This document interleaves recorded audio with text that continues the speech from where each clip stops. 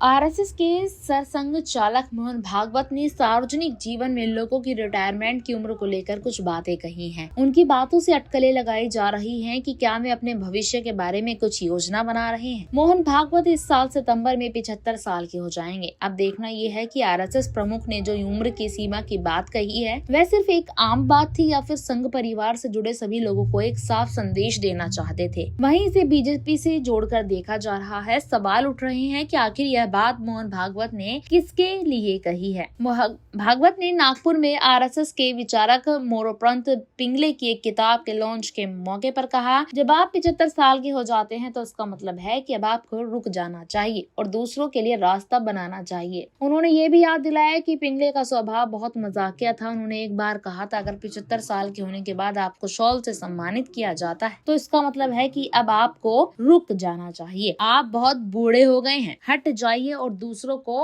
आने दीजिए। इस बीच आपको बताते चले, भारत में ऐसे प्रधानमंत्री हुए हैं जिन्होंने इस उम्र के बाद भी पद संभाला और सूची लंबी है। और किसी को याद रखना चाहिए कि मोरारजी देसाई लगभग 90 वर्ष की आयु में प्रधानमंत्री बने थे।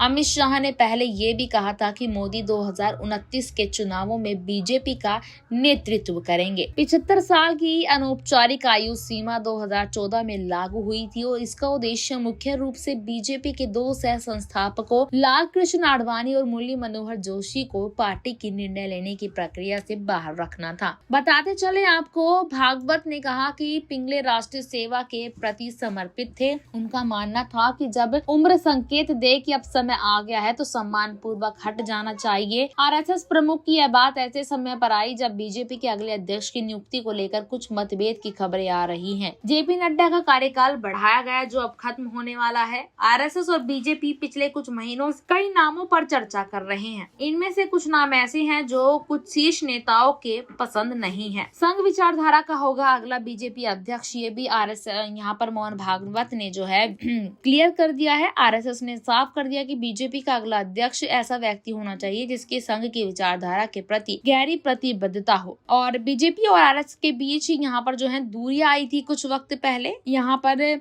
संसदीय चुनाव के दौरान बीजेपी अध्यक्ष जेपी नड्डा ने एक अखबार को इंटरव्यू दिया था। उन्होंने कहा था कि बीजेपी को आत्मनिर्भर बनाने के लिए आरएसएस के साथ अपनी पार्टी की नाल को तोड़ना होगा। तो इस तरीके से कहीं ना कहीं देखा जाए तो मोहन भागवत जो है यहाँ पर कहीं इनडायरेक्टली बहुत कुछ कहते नजर आए हैं। साथ ही साथ आपको बता दें, मोहन भागवत बोले कि 75 के बाद रिटायरमेंट लेकर नए लोगों को मौका दें। क्या पीएम नरेंद्र मोदी के लिए ये इशारा था? इस तरीके की जानकारी यहाँ पे सामने आ रही है और पीएम मोदी की रिटायरमेंट को लेकर भी यहाँ पर काफी खबरें जो हैं सामने आ रही हैं। सवाल यहाँ पर ये उठ रहे हैं, क्या पीएम मोदी अब जल्द ही अपनी रिटायरमेंट लेने वाले हैं? बताते चले आपको, इस तरीके की खबर जो हम आप हमारी स्क्रीन पर देख रहे होंगे कि नवभारत टाइम्स ने भी कहीं ना कहीं एक आर्टिकल ऐसा छापा है जिसमें वो लिखते हैं, क्या मोहन भागवत भी रिटायरमेंट लेने वाले हैं। और इन्होंने इस तरीके की बातें कह के क्या पीएम नरेंद्र मोदी के लिए इशारा किया है। आपको क्या लगता है? कमेंट सेक्शन में हमें अपनी राय साझा करें।